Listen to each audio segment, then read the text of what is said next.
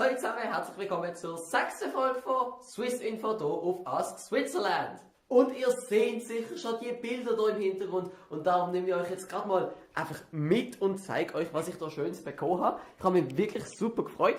Fangen wir hier gerade mal links an, das ist eine Sonnenfinsternis. Ich weiß, es wundert jetzt vielleicht der ein oder andere, warum ich eine Sonnenfinsternis bekommen habe.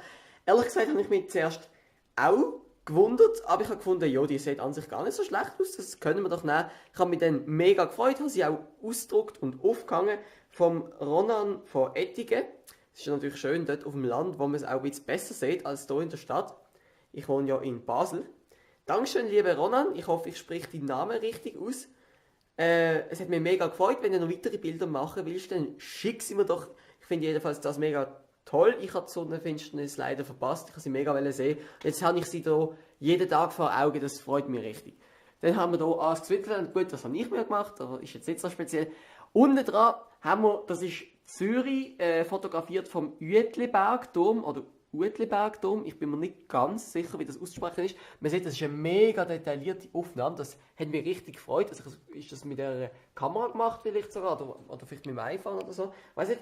Es ist vom Cyril, danke vielmals, dass du dir die Zeit genommen hast auf den Turm, das heisst Uetliberg Turm. Ich nehme mal an, der ist hier offen gelaufen. Danke vielmals, dass du dir die Zeit genommen hast, dort ein Foto für hier zu machen. Das hat mich mega gefreut. Und ja, ich hoffe, du machst noch weitere Fotos. Man sieht, du hast einen Blick fürs Detail, beziehungsweise es ist einfach ein super schönes Bild gemacht, sogar der Himmel ist einfach wunderschön. Ich glaube, das ist ein Panoramafoto, oder? Ich weiß es nicht ganz. Dann haben wir hier, könnte das ein Matterhorn sein? Ich glaube es fast, ich bin mir aber nicht ganz sicher. Weil ich es halt nur so ein bisschen von der Postkarte kenne und es noch nie persönlich angetroffen habe. Es ist vom Yannick aus Zermatt. Ich danke dir, lieber Yannick, dass du hier, ich nehme an, ich weiß nicht, ob wir jetzt noch Skifahren kann, aber es sieht aus, als wäre das Foto beim Skifahren gemacht worden. Also es könnte vielleicht auch schon ein bisschen älter sein. Aber danke vielmals. Und das letzte Foto, das ich heute aufgehangen habe, das ist vom Elia aus Zürich. Danke, dass du den Springbrunnen fotografiert hast. Ich bin ein bisschen überrascht, weil ich den noch nie gesehen habe, aber komisch, bin ich vielleicht ein bisschen unaufmerksam gewesen. Machen wir zuerst mal schnell die Kamera zurück. Wieder fest drüllen. So, sieht man wieder. Okay, perfekt. Die anderen, die mir Bilder geschickt haben, aber sie jetzt hier nicht sehen, ich habe euch hoffentlich geschrieben, warum das nicht gegangen ist. Aber ich bedanke mich auch trotzdem nochmal ganz herzlich und hoffe, ihr könnt nochmal Bilder einsenden. Das ist zum Teil nicht gegangen, weil sie zu wenig auflösend gesehen sind oder weil es halt Bilder gesehen sind, die ich jetzt gefunden habe, ja, passt jetzt irgendwie nicht so gut an die Wand. Also nochmal ganz herzlichen Dank. Wenn ihr eure Bilder an dieser Wand sehen wollt, dann schickt sie mir auf askswitzerland@gmail.com. Ich schaue sie dann an, ich schaue wirklich jedes einzelne Bild an und wenn sie gut sind, dann drücke ich sie aus und hänge sie hier an. Und vielleicht hat der ein oder andere bemerkt, dass ich meine Haare geschnitten habe. Ich habe es mit meiner alten Frisur einfach nicht mehr ausgehalten. Okay, man kann nicht wirklich von Frisur reden, aber ich habe es nicht mehr ausgehalten. Es ist mega heiß geworden drunter, vor allem wenn die Sonne geschienen hat. Hat man sich einfach gefühlt, oder habe ich mich einfach gefühlt, wie wenn ich einen Helm angehabt hätte. Und das ist einfach nicht mehr gegangen. Darum jetzt der ziemlich kurz Schnitt und hoffen mal, das steht mir gut. Ich bin an sich recht zufrieden damit. Aber der Großteil der Schweiz hat nichts zu lachen in den letzten Tagen. Es ist nämlich wieder mal Hochwasseralarm gesehen. Und obwohl es mich persönlich an sich nicht gross betroffen hat, weil ich nicht in einem Gebiet wohne, wo wirklich von Wasser bedroht ist, habe ich mir jetzt entschieden, ein Video darüber zu machen. Es ist zwar ein bisschen unnötig zu erklären, was Hochwasser ist, aber ich mache es jetzt trotzdem schnell. Hochwasser ist, wenn in einem See oder in einem Fluss so viel neues Wasser dazukommt, dass es im See selber nicht mehr genug Platz dafür hat und es dann über die Ufer schwappt. Und so Dörfer am See oder eben Städte am Fluss zum Teil unter Wasser versetzt. Das muss man sich natürlich nicht so vorstellen, dass das Wasser bis übers Dach geht. Nein, nein.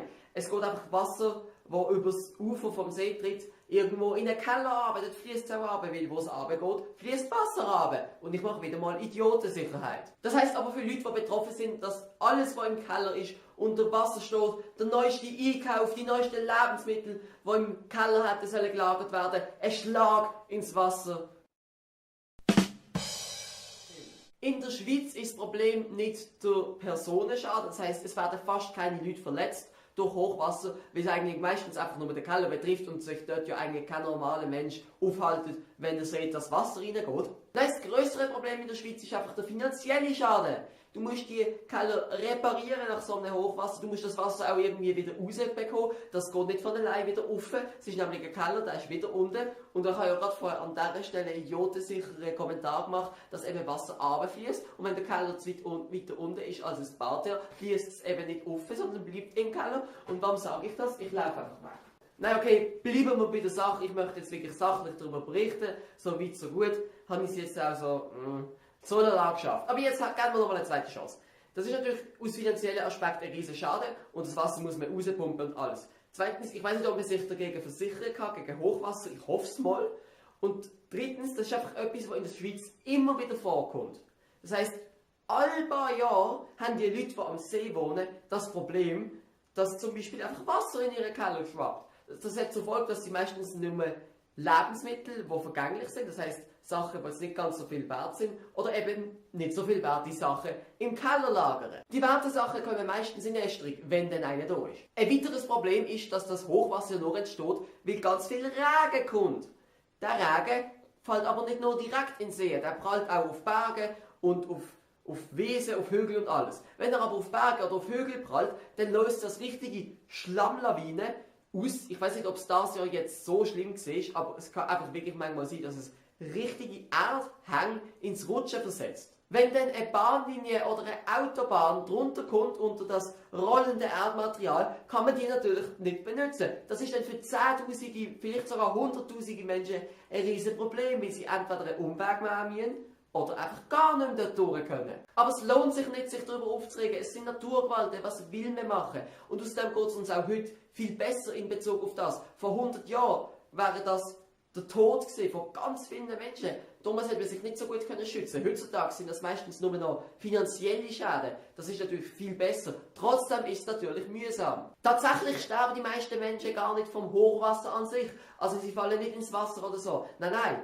Sie sterben vielmehr durch Schlammlawinen, die sie mitreißen, oder Bäume, die umstürzen und auf See fallen. Und das ist natürlich tragisch, aber halt, es gehört halt irgendwie zur Natur, dass das passiert. Natürlich ist es einfach tragisch, dass es den Menschen trifft. Und an alle, die jetzt betroffen sind, ich glaube, ich kann euch im Namen von der ganzen Community unser herzlichstes Beileid aussprechen. Und ich hoffe, dass es euch bald wieder besser geht und dass ihr nicht allzu großen Schaden erlitten habt durch das. Ich wünsche euch jetzt aber trotzdem einen schönen Tag, auch wenn es wahrscheinlich für den einen oder anderen ziemlich düster aussieht heute. Bleibt gesund, riskiert nichts, geht nicht auf die Straße, wo Bäume umstürzen könnten oder so. Macht das lieber nicht. Bleibt lieber hier vor dem Computer oder am Handy, schaut meine anderen Videos an, die sind vielleicht auch gar nicht so schlecht. Kommentiert, schreibt eure Meinung, sagt, wenn ihr Erfahrungen mit der Hochwasserflut gemacht habt, jetzt gerade oder in früheren Jahren, schreibt in die Kommentare, mir nimmt es super Wunder. Und damit ist auch die Swiss-Info-Folge fertig. Nummer 6, als nächstes kommt Nummer 7, das ist eine schöne Zahl, aber ich glaube, es ist eine ganz normale Swiss-Info-Folge. Schauen wir und damit einfach noch Tschüss!